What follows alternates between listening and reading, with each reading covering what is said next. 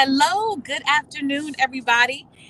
Welcome to the Encounter by St. Mark, where we strive to keep you connected with church, community, and Christ. And as you can see, we are on the move today.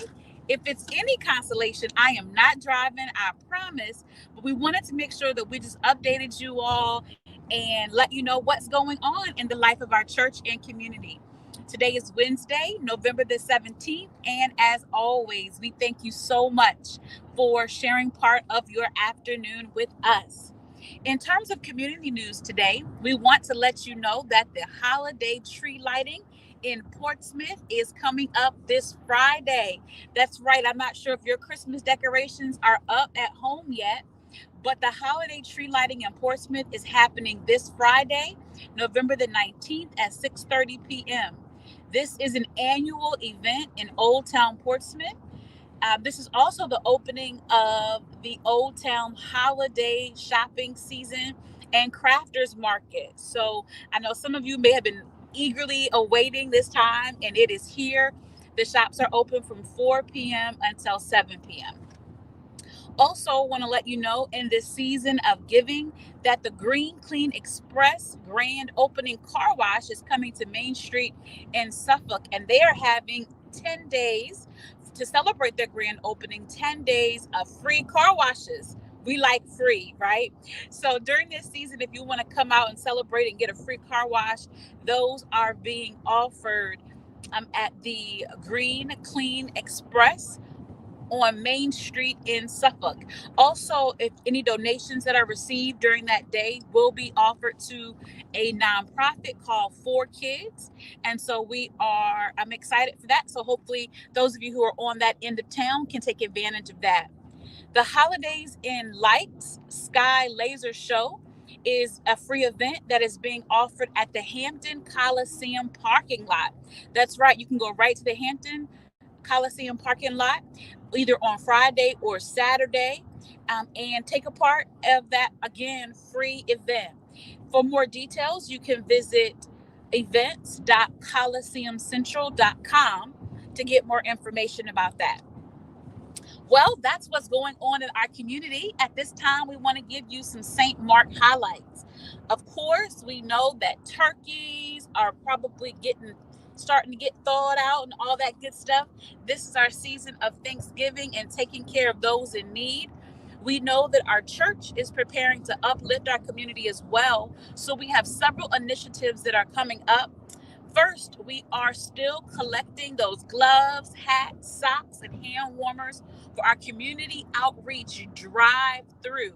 Now, that drive-through is going to be held on December the 6th, but of course, we need all the items prior to December the 6th.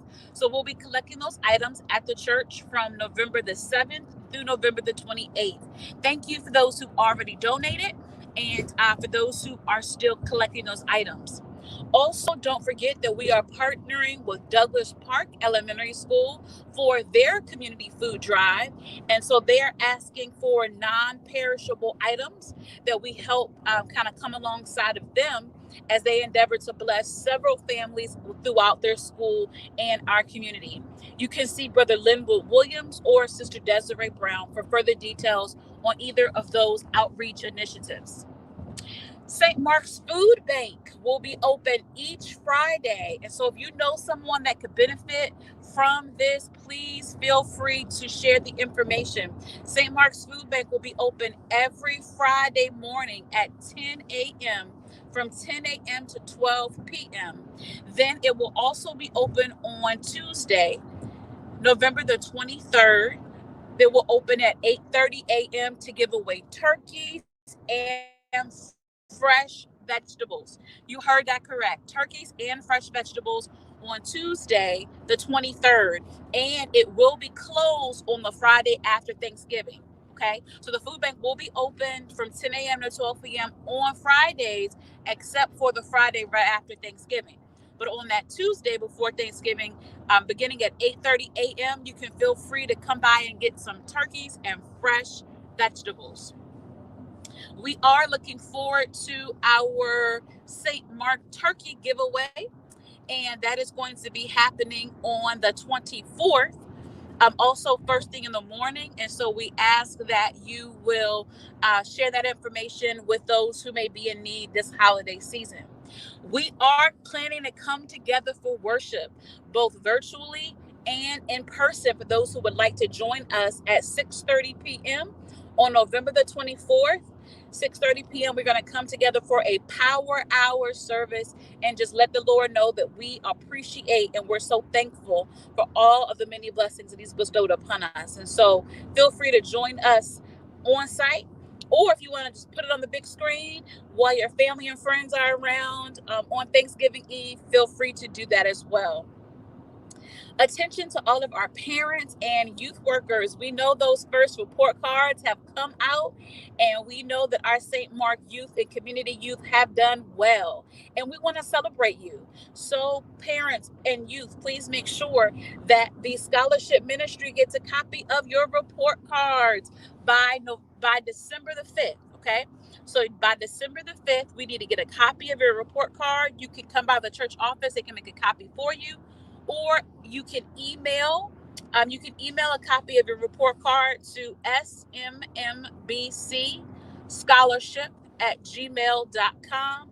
Again, you can come by the office, drop off a copy, or you can email a copy to smbcscholarship@gmail.com. Well, those are our announcements. At this time, we're going to jump right into our prayer list. We know that prayer still works, and so we ask that you will continue to pray for our church and community. Prayer never goes out of style, and so if there are names that you know of that want to be shared live on the encounter, we will be glad to do so. But then also, even if it's not shared publicly, as names come into to your heart or that you're made aware of, please be sure to keep our St. Mark family and community in prayer.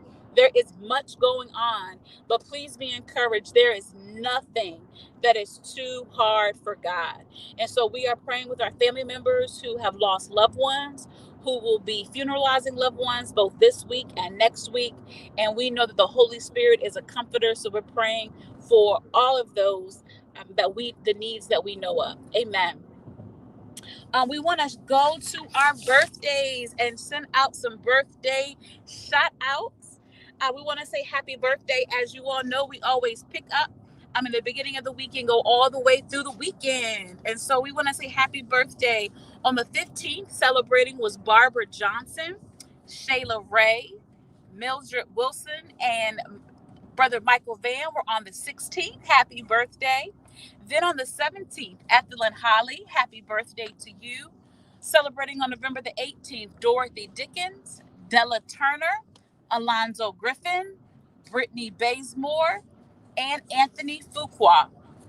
On the 19th, happy birthday goes to Jeffrey Robinson, LaWanda Dickens, Jarvis Days, Ternasia Powell, and Andrea Murphy Manning. Happy birthday.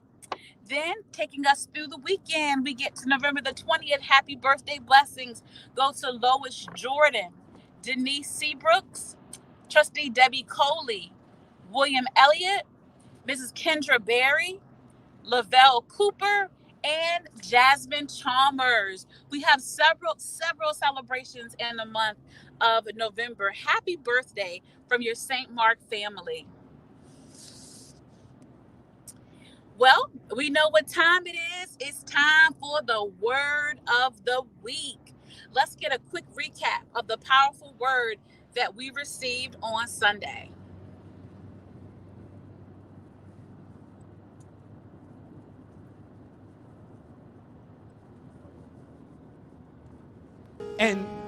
And just in case you have a difficult time praising him for what he's done for you, I dare you to just look around at the living testimonies that are near you. I'm looking at people who've been under the hospital knife, but God brought them through. I'm looking at people who survived gunshots, and God brought them through. I'm looking at cancer survivors, and God brought them through. I'm looking at those who are alcoholics and they were strung out, but somehow God gave them back their peace. And you mean to tell me you're going to sit here as if God hasn't been good? The devil is a liar. I will bless the Lord. The dew is still on the ground. The birds are starting to chirp. He's in a garden, but this garden doesn't have roses and lilies. No, this garden has patches of grass, and the pebbles there are caramel colored. He walks on stone. There are walls of brick and rock around him. And this is the place that Jesus kneels down, folds his hands together, and begins to pray. Not my will, but thy will be done. His disciples are there literally because he's on rocks and pebbles, a stone's throw away. He asked them to stay awake, but they fell asleep. He tells them, you can't go to sleep while I'm praying. Don't you understand? You've got to watch and pray. But they did not understand, and so they took a snooze right there in the middle of the garden, and Jesus is praying. Now, while Jesus is praying, Malchus and the boys are praying on him. Oh God, if I could, I'd spell that out for you, because Jesus is communicating as Christ. He's praying, P-R-A-Y. But while he's praying, Malchus is praying, P-R-E-Y, on him. While he's trying to communicate with God, there's somebody else trying to curtail his goals. While he's trying to pursue what will be spiritual success, there's someone else setting up sabotage as a scenario he's going to be in. While he's there trying to connect with Christ so that he could rebuild his character, there was someone else trying to cut off what he was trying to do.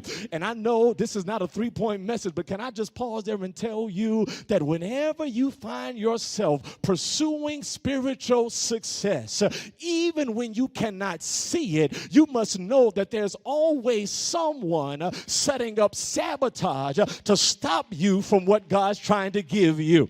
Oh God, I thought I have a couple more people that could clap and say, I know that's right, I've been there before. And I'm here to tell you today that out of everything you could use to discredit and discount what God is doing, there's one thing he's done that makes it all right. He touched you.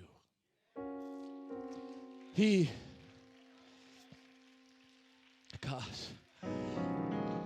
Now, trust me, it's 3 points tucked in there, but I'm not going to give them to you. I need you to hear that what Jesus does is reach out his hand and he touched Malchus.